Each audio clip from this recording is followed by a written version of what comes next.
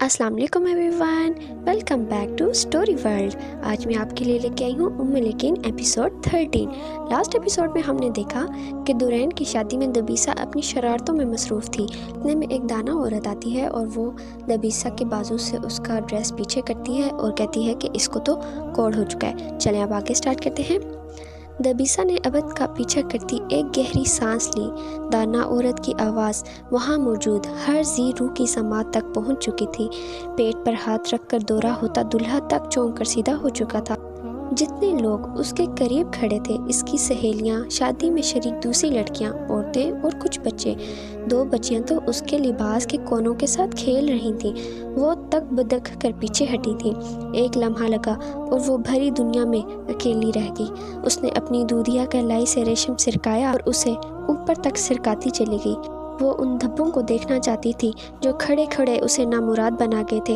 वो चंद दिन पहले भी इन्हें देख चुकी थी, लेकिन वो फिक्रमंद नहीं हुई थी। वो तो भूल भी गई थी कि इसके जिस्म पर कहीं कोई निशान मौजूद हैं।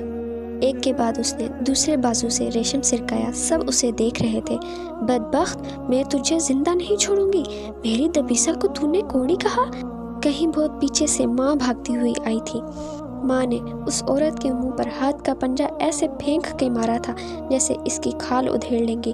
औरत तकलीफ से बिलबिला उठी, लेकिन माँ ने अपनी गिरफ्त ढीली नहीं की। वो बार बार कहती जाती थी, मैं तेरा मुंह नोच लूंगी। मेरी दबीसा को कोड़ी कहा। मेरा मुंह नोचने के बजाय अपनी बदबख्त औलाद का मुंह नोच, पागल औरत। इस पर खुदा की फटकार पड़ चुकी है। सांस लेती दबीसा, दिल धड़काती दबीसा। उसने तकलीफ का ऐसा खून भरा कि इसकी रूह बिलबिला उठी। खुदा की फटकार, वो ज़ेरे लब बुड़बुड़ाई। बुत बनकर खड़ी थी ना, खड़ी नहीं रह सकी, गिरने लगी थी। सहारे के लिए कोई आगे भी नहीं आया था। गिरने से बचाव की तलाश में सरगर्दा हाथ रोशनी के अलाव से टकराया। आग ने इसके रेशम पर अपनी चिंगारी छोड़ी और बुझ गई। रेशम बच गया, वो सारी की सारी जल गई। इस पर खुदा की लानत पड़ चुकी है। लानती है ये। दबीसा ने ये लफ्ज़ बहुत बार सुने थे, आज पहली बार अपने लिए सुने थे। बदनसीब औरत, कैसी औलाद पैदा की है तूने, जिसने खुदा के अजाब को दावत दी है। कोड़ी हो चुकी है ये। फरिश्ते इस पे लानतें भेज रहे हैं। खुदा इसे गलाजत का ढेर बना चुका है। दूर हो जाओ सब इससे, कहीं तुम भी खुदा के अजाब के मुस्तहिक ना ठहराए जाओ। इस पर भेजी जाने वाली लानत के छींटे हम पर भी ना पड़ जाएं। इसके नापाक जिस्म, गंदी रूह का खमियाजा तुम सबकी जानों पर भी ना आ जाए। दाना औरत अपनी दानाई फैला रही थी। जो पहले ही इससे दूर हो चुकी थी, वो मुंह पर हाथ रख कर और दूर होने लगी थी। खोला और दुरैन, वो सिसक रही थी और मुंह ढांप रही थी। इसने गर्दन घुमा कर देखा, वो इससे दूर, बहुत दूर होती जा रही थी। इसकी आंखें एकदम से नम हो गई। वो कभी रोई नहीं थी, लेकिन अब इसका जी चाहा कि इतना रोए कि सारे जहां को अपने आंसुओं में बहा दे। लोगों के पीछे हटते कदमों ने इसके दिल को दलदल बना दिया। इसकी सहेलियां भी। वो क्यों, आखिर वो क्यों? तौबा तौबा, देख लो सब इसे। ये लड़की तुम पर अजाब लाने वाली है। मेरी आंखें धोखा नहीं खा सकती। मुझे ये शहर इस बदबख्त की वजह से तबाह होता हुआ दिखाई दे रहा है। इस सियाहकार के गुनाह का अजाब बहुत जल्द इस शहर पर काली आंधी बनकर हर जान पर भारी पड़ने वाला है। सब मिलकर तौबा करो। अगर तुमने तौबा ना की तो एक एक करके तुम सब कोड़ी होने लगोगे।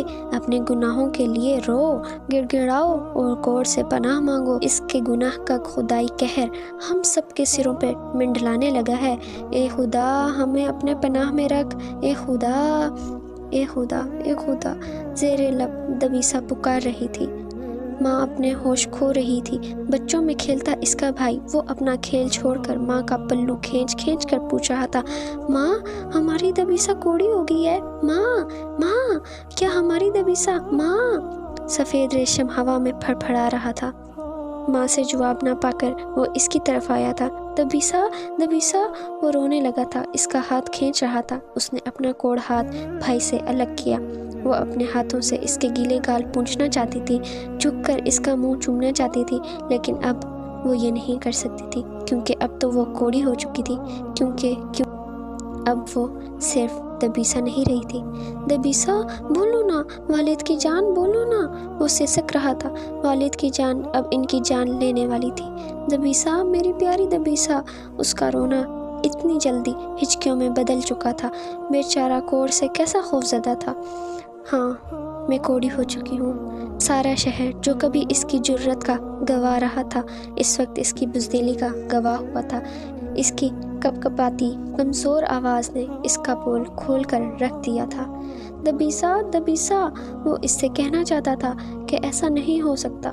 वो तो दबीसा है, वो कोढ़ी कैसे हो सकती है? वो इसकी बहन है, वालिद की लाडली है, हुस्न की देवी है, वादी का परिंदा है, ज़मीन का फूल है। वो कैसे, वो कैसे? लेकिन इसके पास अल्फाज नहीं थे।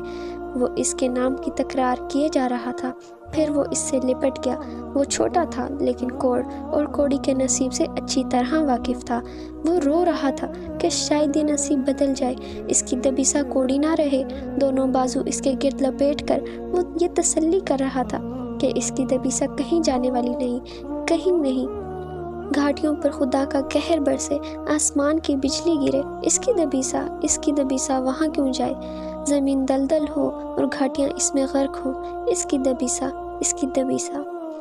दबीसा ने उसे खुद से अलग किया और कहा कि वो माँ को सहारा दे और घर ले जाए, लेकिन उसने सुना ही नहीं था।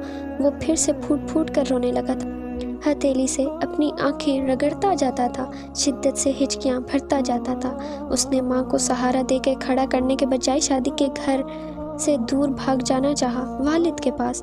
बाबा, हमारी दबीसा, वो हमारी दबीसा। शहर की गलियों में भागते बाप को पुकार। दबीसा पर टूटने वाली क़यामत की खबर देते हुए वो अपने गम की दुहाइयाँ देता सरपट भागता जा रहा था। वो वालिद को ये खबर देने जा रहा था कि एक साथ सारा ख़ानदान मरने वाला है। मौत इनके घर की दहलीज पे ऐसे खड़ी है कि जिन्हें साथ ले जाएगी वो भी बदनसीब होंगे और जिन्हें पीछे छोड़ जाएगी वो भी। उस रात सारे शहर ने हमारी दबीसा की पुकार सुनी थी। इस रात सारा आसमान गवाह बना था कि जब वो ज़मीन वालों पर गिरता है तो कैसा महशर बर्पा होता है। उस रात ज़मीन ने अपनी जड़ें खोखली करके जाना कि जब वो खुद को तंग करती है तो ज़मीन वालों पर क्या गुजरती है। शादी की तकरीब में यूनानी हुस्न की देवी दबीसा खड़े खड़े कोढ़ी हो चुकी थी। इसे कोढ़ नहीं है, उस औरत की गलत फहमी है। वालिद के लहजे में ऐसी तंदी और सख्ती थी कि शहर के मुअज़्ज़िज़ीन ने सहम कर पहलू बदले थे। वो खाइफ ज़रूर हुए थे लेकिन इरादे के पक्के थे। वो सब मिलकर वालिद को ये याद दिलाने आए थे कि जल्द से जल्द दबीसा को घर और शहर से निकाल दिया जाए। हवा इतनी जल्दी नहीं फैलती जितनी जल्दी ये बीमारी फैलती है, इसलिए वो बीमारी को इसकी असल जगह रवाना करें। हम अंधे तो नहीं हैं, एक ने तनफ्फुर से कहा। वो इस इंसान की कम अक्ली पर हैरान हुआ था। अंधे हो या बहरे, मैंने कह दिया है कि यहाँ से चले जाओ। मेरी दबीसा का नाम लिया तो मैं जुबानें काट लूँगा। किस किस की जुबान काटोगे? कब तक काटोगे? तुम्हें लगता है कि तुम इसका कोट छुपा कर रख लोगे? नासूर, हम यहाँ अपनी बस्तियों में फैलने नहीं देंगे। किस लिए?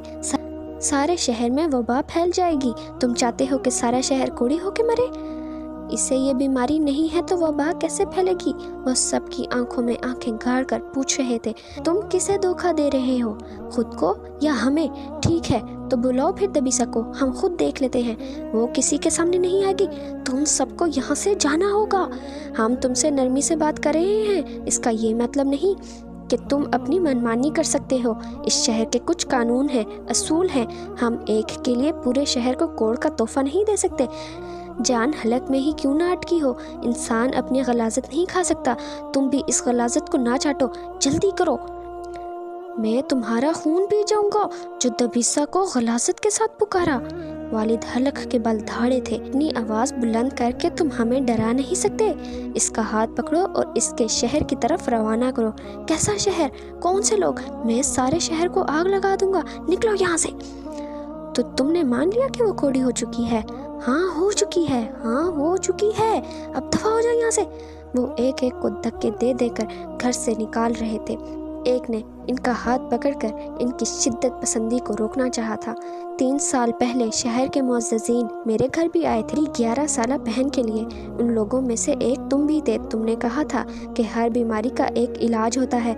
इस बीमारी का इलाज घाटियों का शहर है। तुमने कहा था कि ये बीमारी हम पर खुदा का अज़ाब है। मखलूक को इस अज़ाब से बचाने के लिए हमें अपने दिलों पर पत्थर रखने होंगे। میں نے وہ پہاڑ سا پتھر سینے پہ رکھ لیا تھا۔ میرا باپ اس غم میں مر گیا، میری ماں اس کے لیے بستر سے جا لگی تھی، لیکن ہم نے اپنے سینوں سے پتھر نہیں کھسکایا تھا۔ کیوں؟ تم سب کے لیے، اس پورے شہر کے لیے۔ مجھے بھی اپنی بہن سے اتنا ہی پیار تھا جتنا تمہیں اپنی دبیسا سے ہے۔ وہ 1.5 سال گھاٹیوں میں رہی اور پھر مر گئی، لیکن ہم نے اس کی میت اس وقت ہی اٹھا لی تھی جس وقت وہ گھاٹیوں میں جا رہی تھی۔ وہیں ہم نے اس کی قبر کھود دی تھی۔ میں نے وہی کیا جو اس شہر کا قانون تھا، تمہیں بھی وہی کرنا ہوگا۔ کوڑی آبادی میں نہیں رہ سکتا بس، اور تم یہ قانون نہیں توڑ سکتے۔ میری دبیسا کو چھوڑ دو، میں اسے گھر کی کوٹری میں بند کر دوں گا۔ وہ کسی کو دکھائی نہیں دے گی، وہ کبھی گھر سے باہر نہیں نکلے گی۔ میں اسے کوٹری میں زنجیروں سے باندھ کر رکھوں گا۔ وہ رو دیے تھے، رات کو ہچکیاں لیتے، دکھ سے بلبلاتے بیٹے کی طرح جو انہیں دیکھتے ہی ان سے لپٹ گیا تھا اور بس روتا ہی جاتا تھا۔ ہم سب مر جاتے ہیں والد، ہم دبیسا کے بغیر کیسے رہیں گے؟ وہ بلبلا رہا تھا، میں مر جاؤں گا، ایسا ظلم نہ کرو میری جان پر۔ وہ بھی بلبلا رہے تھے، تاکہ سارے شہر میں عذاب نازل ہو جائے۔ تم سمجھ کیوں نہیں رہے ہو کہ اس پر خدا کی لعنت پڑ چکی ہے؟ وہ اپنے گناہ کی پکڑ میں آ چکی ہے، اس کی روح ناپاک ہے، وہ بدبخت ہے۔ ہم ایسے بدبخت انسان کو شہر میں نہیں رکھ سکتے۔ میں یہ شہر چھوڑ دوں گا، انہوں نے ہاتھ جوڑ دیے تھے۔ تمہیں کوئی اپنے شہر کی حدود میں گھسنے نہیں دے گا۔ اپنے لیے زندگی کو پہاڑ نہ بناؤ، جو کہا ہے وہ کرو۔ ٹھیک ہے تم باپ ہو، لیکن یہ سوچو جب خدا نے ہی اس پر لعنت بھیج دی تو تمہارا دل کیوں پگھلا جا رہا ہے؟ یاد رکھو کہ خدا اپنے بندوں سے بہت پیار کرتا ہے، لیکن جب وہ کسی پر بدبختی بھیجتا ہے تو وہ انسان اسی بدبختی کا مستحق ہوتا ہے۔ کوڑ ہی خدا کی بدبختی کی نشانی ہے۔ تمہیں ایسے بدبخت انسان سے دل نہیں لگانا چاہیے۔ توبہ کرو، خدا سے اپنے گناہوں کی معافی مانگو کہ وہ تمہیں معاف کر دے جو ایسی گناہ گار بیٹی کے باپ بنے ہو۔ بکواس بند کرو اپنی، میں تمہارا منہ توڑ دوں گا۔ وہ چلا اٹھے تھے، گھر کی چیزیں اٹھا کے ان پر پھینکنے لگے تھے۔ وہ اوٹ میں کھڑی سب دیکھ اور سن رہی تھی۔ والد دیوانے ہو چکے تھے، ماں کی کل رات سے عجیب حالت تھی۔ گھر میں 2 بیمار والد اور والدہ اور ایک روگی دبیسا موجود تھے، لیکن ان بیماروں کی بیمار پرسی کے لیے کوئی نہیں آیا تھا۔ یہ وہ بیماری تھی جس کی بیمار پرسی کرنے والوں کو بھی بدبخت سمجھا جاتا تھا۔ ایسی دہلیز بھی پار نہیں کی جا سکتی تھی جہاں کوئی کوڑی رہتا ہو۔ اس کی سہیلیاں تک نہیں آئی تھیں۔ آس پاس کے ہمسائے اپنا گھر بار چھوڑ کر چلے گئے تھے۔ جب تک دبیسا گھاٹیوں میں نہیں چلی جاتی تھی وہ اپنے گھروں میں واپس آنے والے نہیں تھے۔ کل سورج غروب ہوا تھا تو سب ٹھیک تھا۔ آج کا سورج طلوع ہونے سے پہلے سب ختم ہو چکا تھا۔ اس کی خوش قسمتی بدبختی میں بدل چکی تھی، اس کا حسن گری ہو چکا تھا۔ نام کوڑی اور وجود لانتی۔ رات کے 3 پہر ہی بیتے تھے کہ سارا شہر جو اس کے حسن کا گن گاتا تھا، اس کے گناہ پر گالیاں دے رہا تھا، اس کی شرارتوں سے محظوظ ہوتا تھا، وہی شہر اس کی موجودگی سے غیر محفوظ ہونے لگا تھا۔